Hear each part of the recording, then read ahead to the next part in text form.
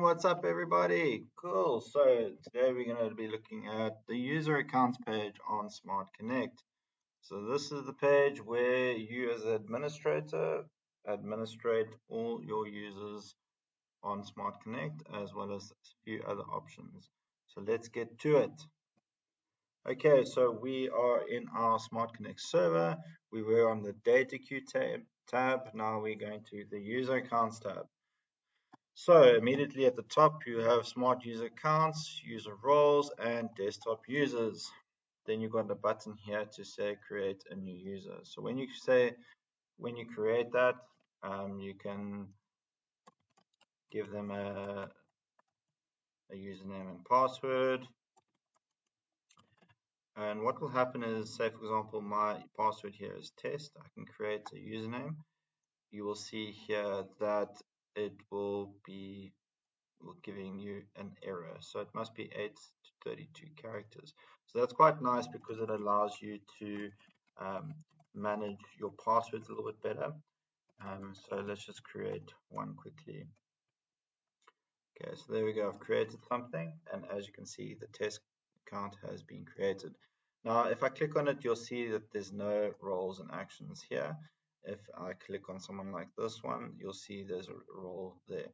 Now, a role and action, they're slightly in the same, but also quite different.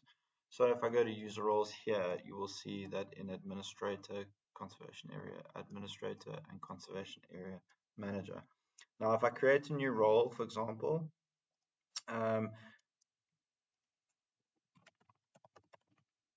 okay, this is just going to be a group of specific actions that can be assigned to a specific person.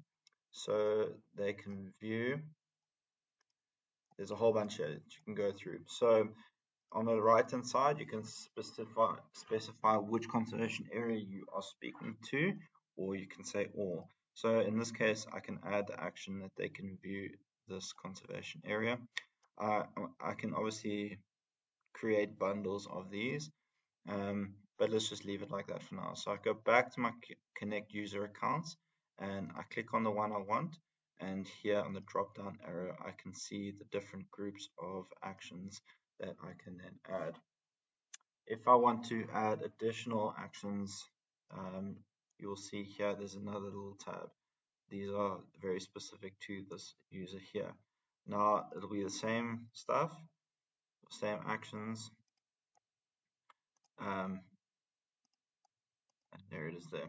Okay, so now this user, if he uses this username and the password that I've assigned to him in Smart Desktop, this is the only thing that he can do is view, or in this case view specific conservation areas. It's great to manage these roles and keep groups or bundles up to date depending on the way in which you like to structure it as an administrator. Just make sure that you get familiar with the user accounts, user roles, different actions, because you will spend a lot of time here.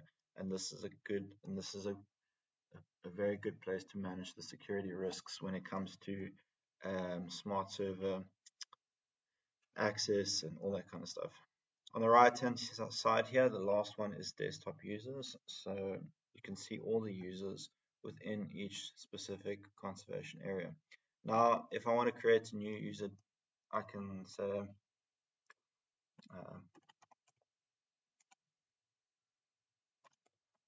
okay, I want to assign it to this guy here. I'm going to give him a password. Okay, so you're just going to go through this. I can give him an ID. Okay, so I've given him his username. I can say, okay, he's a data entry, and I can say create user. Okay, so there has been created, and if I go and find him here, you will see that there's a whole bunch of different things here. So all you see is with this username is this one. I can deactivate him here, or I can edit this user here. So I'm going to go back into this. I'm going to connect and sync all changes.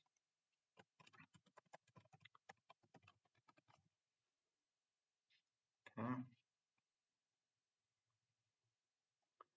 Okay, so all sync changes downloaded to. Okay, so just to go and double check quickly, employee list. Here you will see that Bob Dylan has been added. There is his username, there's his entry level, and that's when he was created. So that's an easy way for us as administrators to add extra information. But obviously you see that I need to connect and sync the different changes. Cool, hope that's helped.